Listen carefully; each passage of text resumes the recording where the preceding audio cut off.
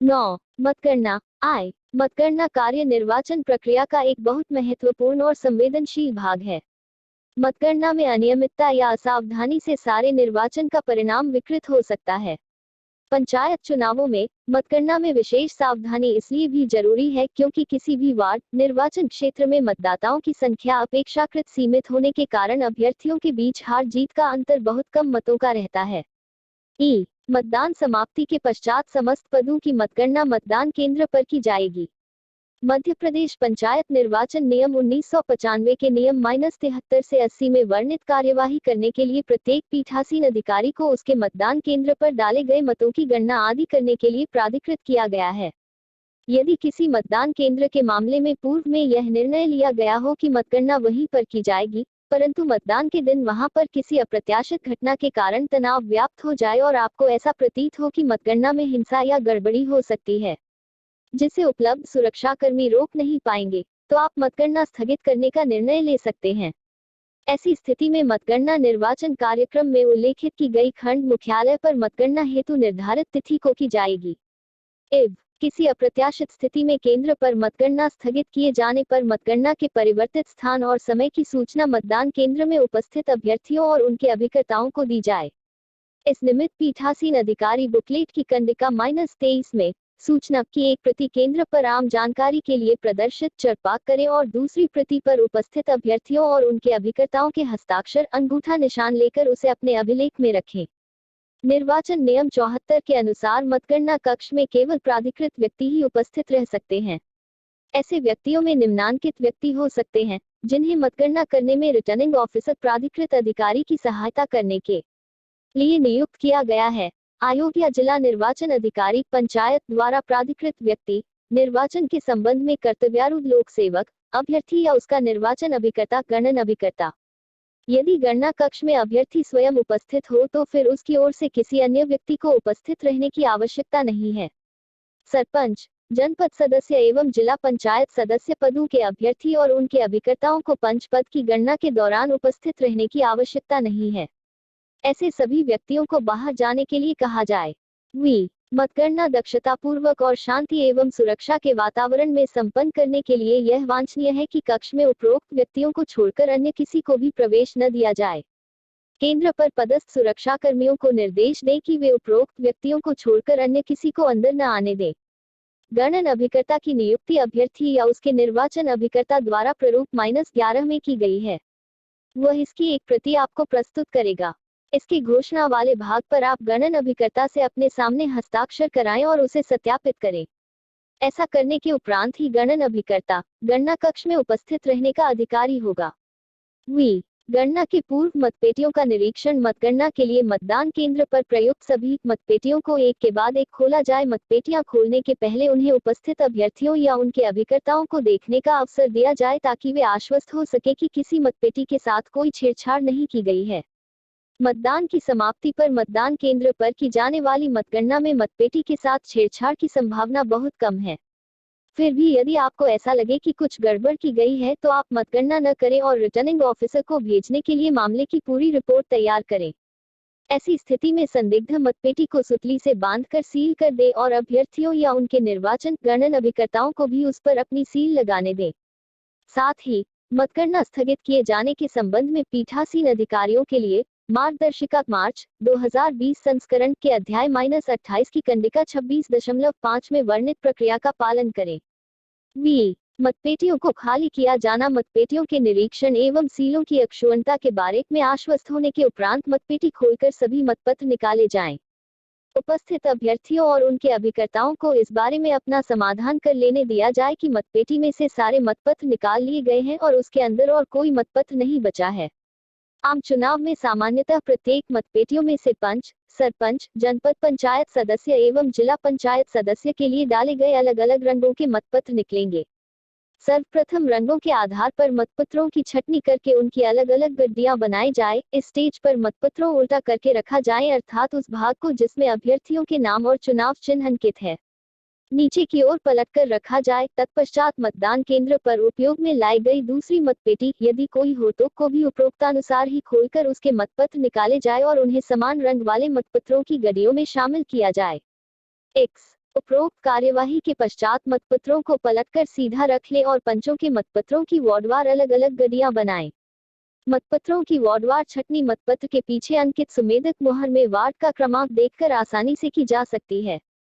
मतपत्रों की संख्या का विवरण अंकित करना। मतपत्रों की संख्या की गणना एवं उसका एक्स परिणाम निम्नानुसार अंकित करें। प्रत्येक वार्ड से पंच के निर्वाचन में डाले गए कुल मतपत्रों की संख्या उस वार्ड से संबंधित गड्डी में शामिल मतपत्रों की गिनती करके ज्ञात की जाएगी। मतपत्रों की इस संख्या की प्रविष्टि मतपत्र लेखा प्रारूप 15 के भाग 2 और गणना परिणाम पत्रक प्रारूप -16 के भाग 1 में की जाए। बी विभिन्न वार्डों के स्थान सीट के संबंध में यह कार्य पूर्ण हो जाने पर ठीक इसी प्रकार सरपंच के स्थान सीट के लिए मतपेटियों में पाए गए मतपत्रों की संख्या ज्ञात की जाए एवं इस संख्या की प्रविष्टि क्रमशः मतपत्र लेखा प्रारूप -15 के भाग 2 और गणना परिणाम पत्रक प्रारूप 17 के भाग 1 में की जाए। सी इसी प्रकार क्रमशः जनपद पंचायत सदस्य एवं जिला पंचायत सदस्य के लिए डाले गए मतपत्रों की संख्या ज्ञात की जाए एवं इस संख्या की प्रविष्टि क्रमशः मतपत्र लेखा प्रारूप 15 के भाग 2 और गणना परिणाम पत्रक प्रारूप -18 के भाग 1 अथवा यथास्थिति प्रारूप -19 के भाग 1 में की जाए। शी मतपत्रों की समीक्षा जांच और गणना उपर्युक्त वर्णित कार्यवाही के पूर्ण होने के पश्चात सर्वप्रथम प्रत्येक वार्ड से पंच के स्थान सीट के लिए मतपत्रों का अभ्यर्थीवार छटनी और समीक्षा जांच की जाए। तत्पश्चात क्रमशः सरपंच जनपद पंचायत सदस्य तथा जिला पंचायत सदस्य के स्थान सीट के लिए मतपत्रों की अभ्यर्थीवार छटनी और समीक्षा की जाए। 3 मतपत्रों की अभ्यर्थीवार समीक्षा करते समय ऐसे मतपत्रों को अलग रख दिया जाए जो संदेहास्पद हो, अर्थात जिन्हें देखकर आसानी से यह विनिश्चय नहीं किया जा सकता है कि वे वैध हैं या प्रतिक्षेपित करने लायक।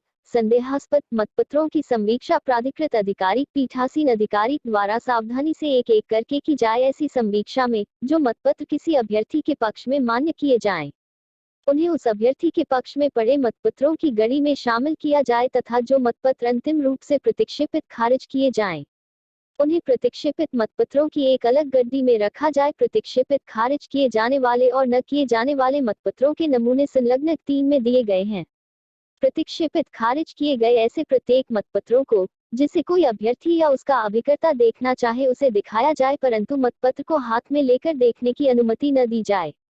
प्रतिक्षेपित प्रत्येक मतपत्र के पीछे आप इस प्रयोजन के लिए दी गई निम्नांकित मुहर लगाएं और उसमें यथास्थान मतपत्र खारिज करने के कारण का सूक्ष्म उल्लेख करते हुए अपने हस्ताक्षर करें।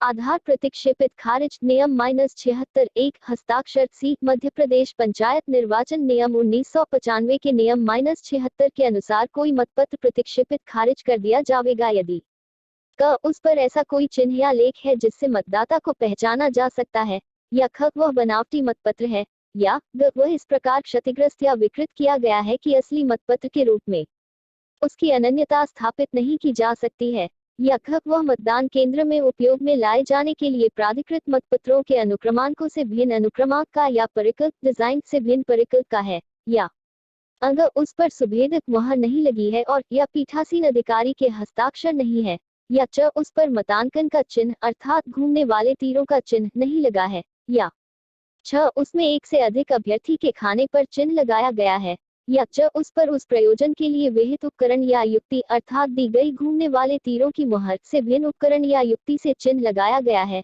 या छ मतांकन का चिन्ह पृष्ठ भाग पर या पूरी तरह छायाकृत स्थान के अंदर बना है।